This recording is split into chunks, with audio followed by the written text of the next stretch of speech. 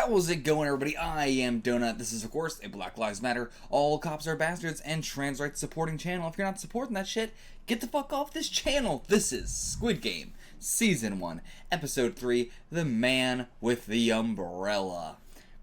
Got no guesses for that. Like, that doesn't come to mind with a immediate game or anything, especially an old like game I played as a kid or something. Nothing comes to mind. So I've got no guesses. If you want to see the full length for it, check it out. The Patreon below $4 a month. If you want to get a couple episodes ahead, you can also check that out on the Patreon. Go check those out. Let's just jump straight into this episode.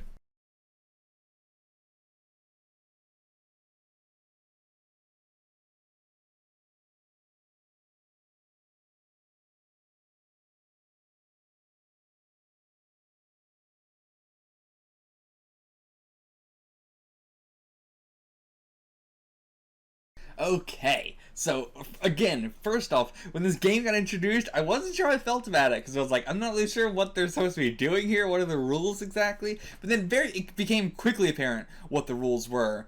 But I'm surprised there was no like they described them, but I'm surprised that like 199 immediately knew what it was, or the pickpocket girl immediately knew what it was, because like again, they're not originally grown up in this country, so they don't know all these kind of games. And yeah, that's not like Red Light Green Light. I've never heard of that game at all before. Very, very fascinating game though. Like again, wasn't sure I felt about it, but once we got into it, really, really loved that. It not being like an extremely taxing physical task, and it also not being like you have to choose, between these two things and both of them are awful sort of thing. Like this was you have to make a blind guess, and they really were banking on I don't know if this was supposed to be do you know what we're doing? If you know what we're doing, you're gonna guess triangle. If you don't, then you're not.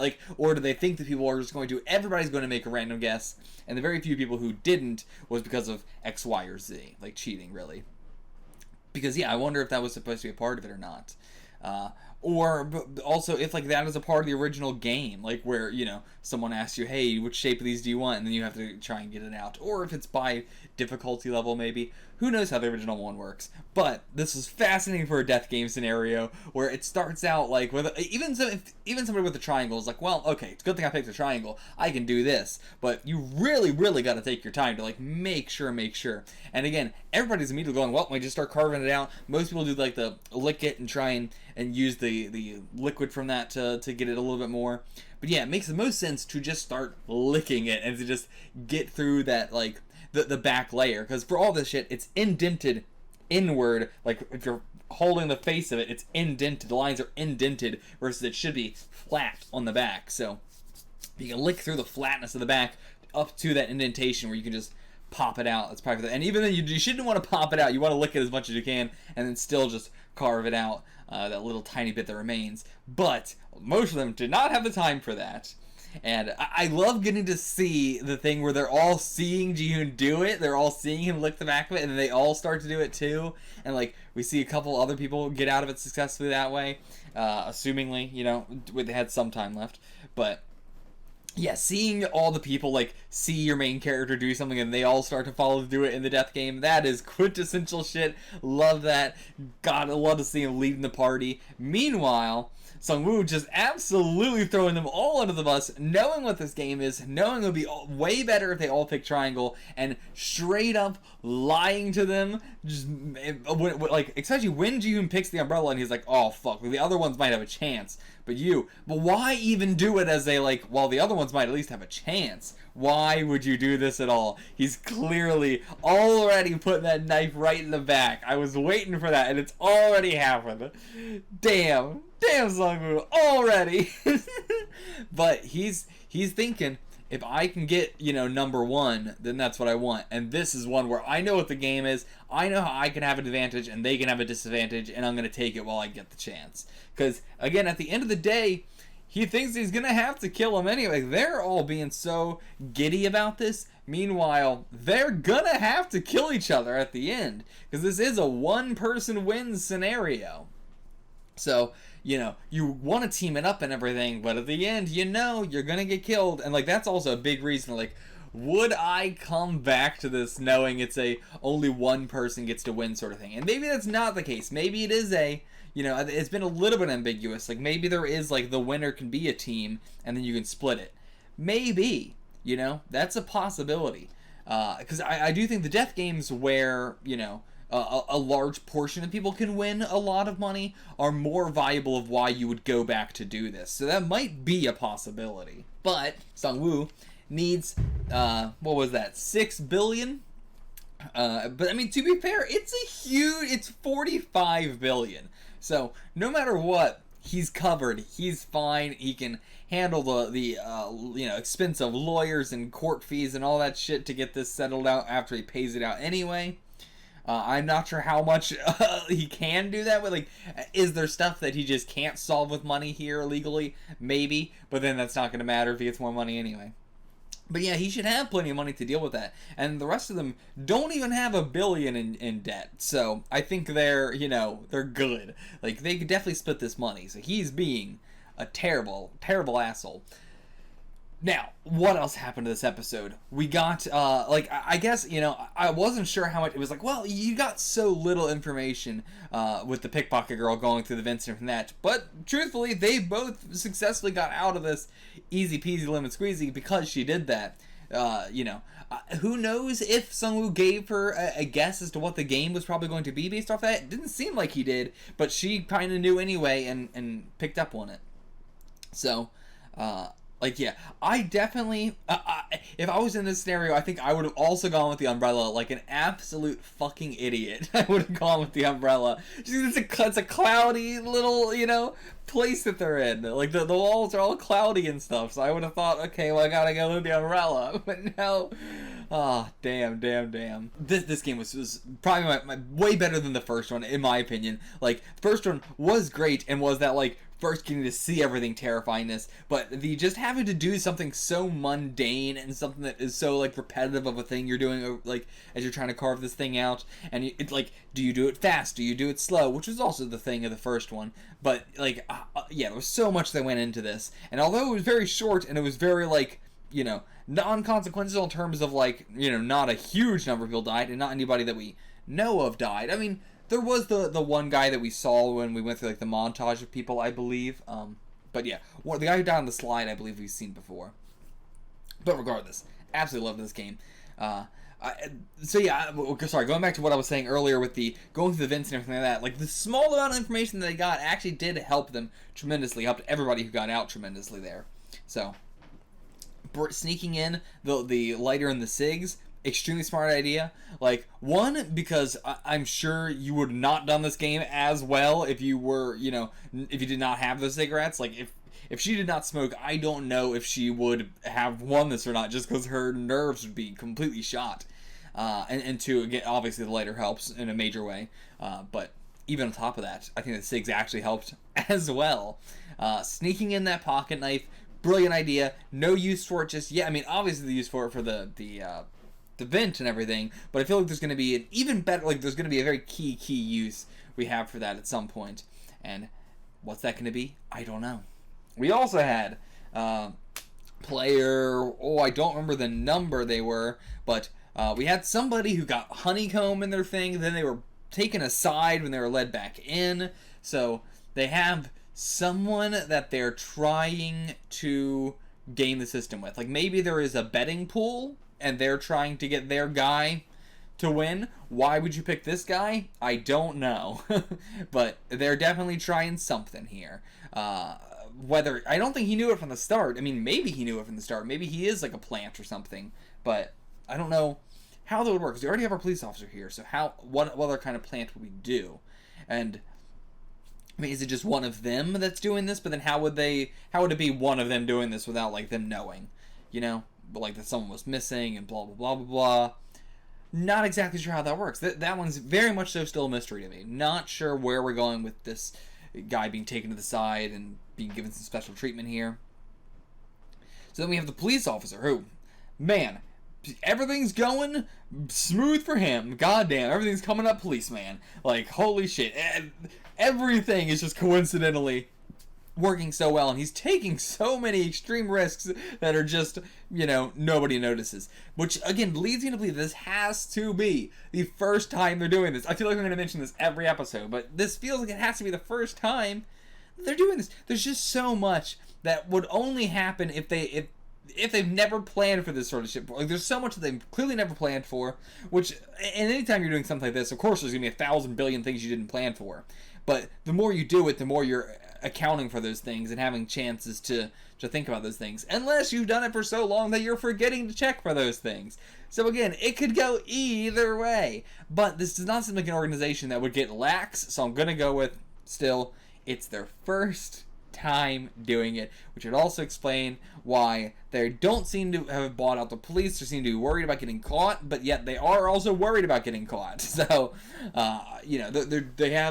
they're doing both. They're not worried about getting caught. They're very, bold with what they do with a lot of shit, like in South Korea. Like this stuff is, island and whatever, but still, even in South Korea stuff, they're very, very bold in what they do. But they're also very, very secretive and have measures put in place to make sure they're not found out. So, it's interesting, like, what is their, I don't know. I don't know what I'm trying to say with that, but that's interesting.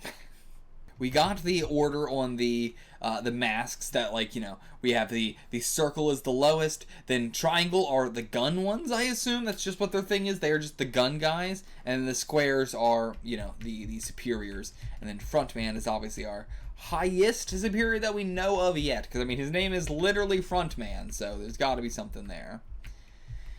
Now, again, with these games, how familiar, like Squid Game, is that just a game that just those kids were playing at the beginning, or is that a very, very well-known South Korean game? I still have no idea.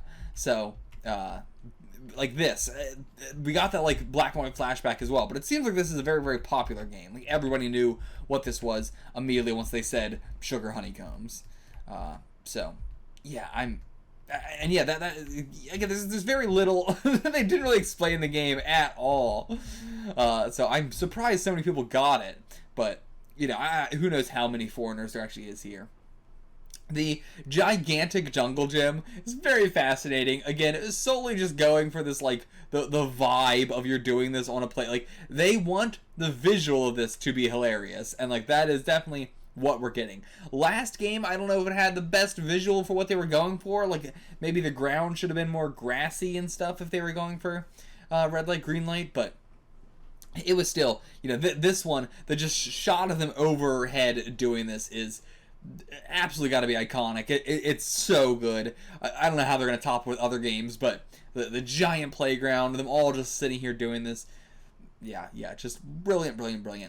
Again, also extreme cockiness on doing the lighter gambit. Like, that lighter gambit, holy shit, how, I would have been too terrified to do that, because if I got found out, then they would kill me, and so, that's an automatic, well, if I cheat, then I'm gonna die, but if I try and do this, I might still get it and might not die. But props for doing the lighter gambit. My god, that seems dangerous as shit. Because they got guys everywhere, they got cameras everywhere. I would be terrified to do it.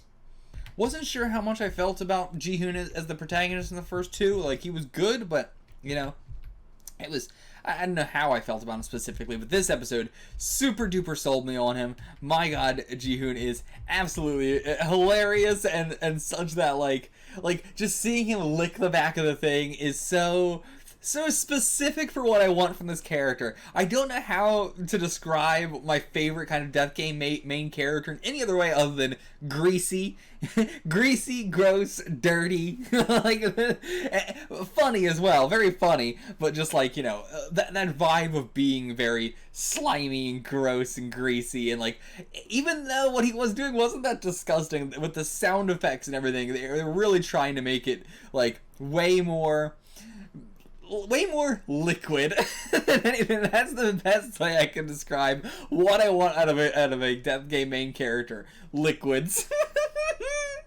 So weird of a thing to say, but so true. You guys know exactly what I'm talking about.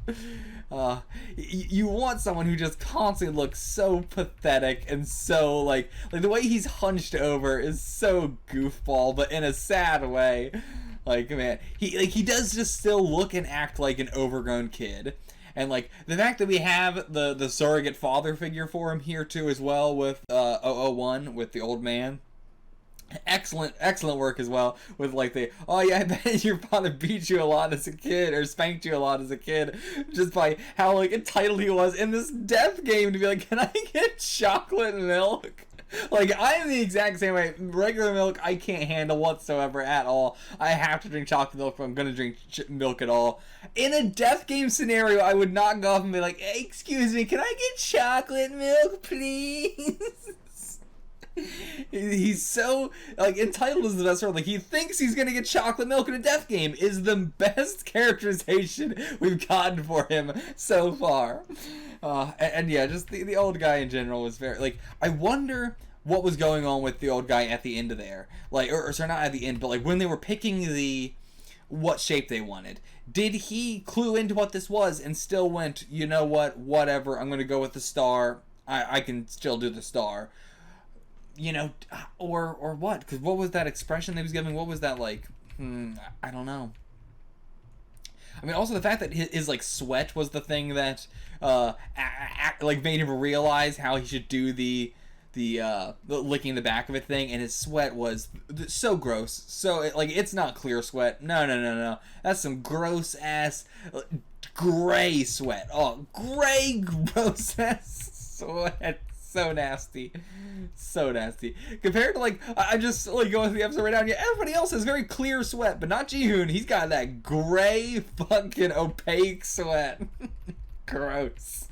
And, you know, I never really thought about it, but the idea of doing this with kids' games, one, in general, when death games do that, I feel like primarily it's just because, hey, you remember this from a kid, and hey, these rules are very simple, so, you know, you don't have to explain a whole complicated game. We can just do a kids game, and everybody immediately understands, and we can go into the game, and blah, blah, blah, blah. It's so easy to do kid games for that reason. But I feel like there's you know, something that I don't often see with the kid game sort of stuff that is very, very relevant for this, is that, like, look back on, hey, you remember doing this as a kid, and how life back then was so not complicated, how you didn't have money to worry about, you didn't have hierarchies to worry about, you didn't have death to worry about, you know, you didn't have to worry about fucking up. If you fucked up this thing, oh, you know, too bad, it's some candy, you know, you can eat it and, you know, you messed up. Versus now, you mess up and you could, like, just with so much in life, you mess up and you could lose your job, you could lose your life, you could lose whatever, like, you know,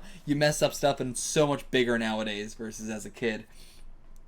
I can absolutely see it, and just again with the first game as well, just in a life used to be so much less complicated and so much like taking this very innocent stuff and then twisting it with this, you know, modern day I don't want to say modern day, but like this grown up world that they have to live in with, like, you know, again, capitalism just being death essentially, and the debt and all that, and just putting those on the games creates this very twisted differential in the innocence and the brutality of life. It is the just like, man, I miss being a kid, but I had no worries, no responsibilities, nothing to worry about.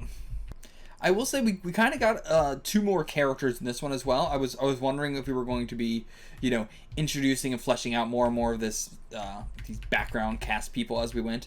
But yeah, so we have interesting, like Sung-woo is no longer the guy with the glasses. He is now like barely ever wears his glasses. I wonder what his eyesight's like. Like, is his eyesight not that bad without his glasses? Is it just more like reading glasses sort of things? But or does he have contacts? I don't know, you know, not really that important, but just curious. But anyway, we have the guy who is led astray at the end there. We have, like, he got the honeycomb thing. We have that guy who is now the glasses guy, I assume.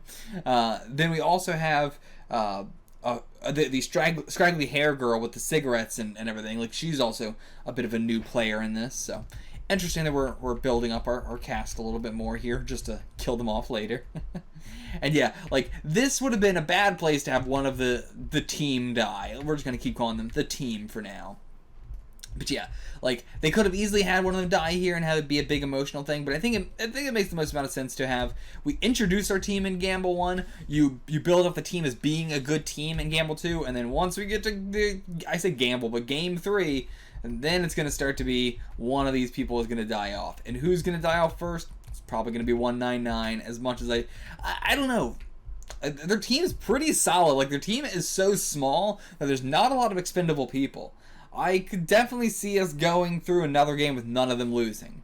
Because I can't see Old Man losing quickly. I can't see Jihoon or Sungwoo. They both are definitely sticking towards the end game. And 199, I don't know. I feel like they really want to build him up a little bit more and do more with like.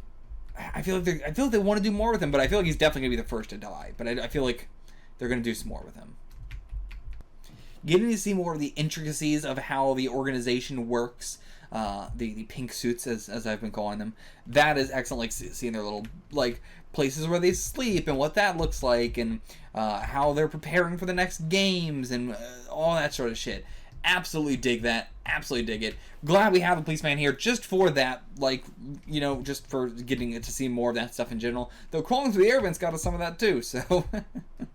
And again, Frontman with his big old board of all their faces by himself in that room. Like, what are we doing with that? What's the whole point of that? Is no other rich people watching this? Like, who is this for? Is this just for him? Is he the only one that's running the whole thing? Like, obviously not because he's the front man, but like he's the only one watching so far. It seems like maybe there's other people there, but I don't know so far. It's curious. Like, who's benefiting off of this? How are they benefiting off this? What's the point?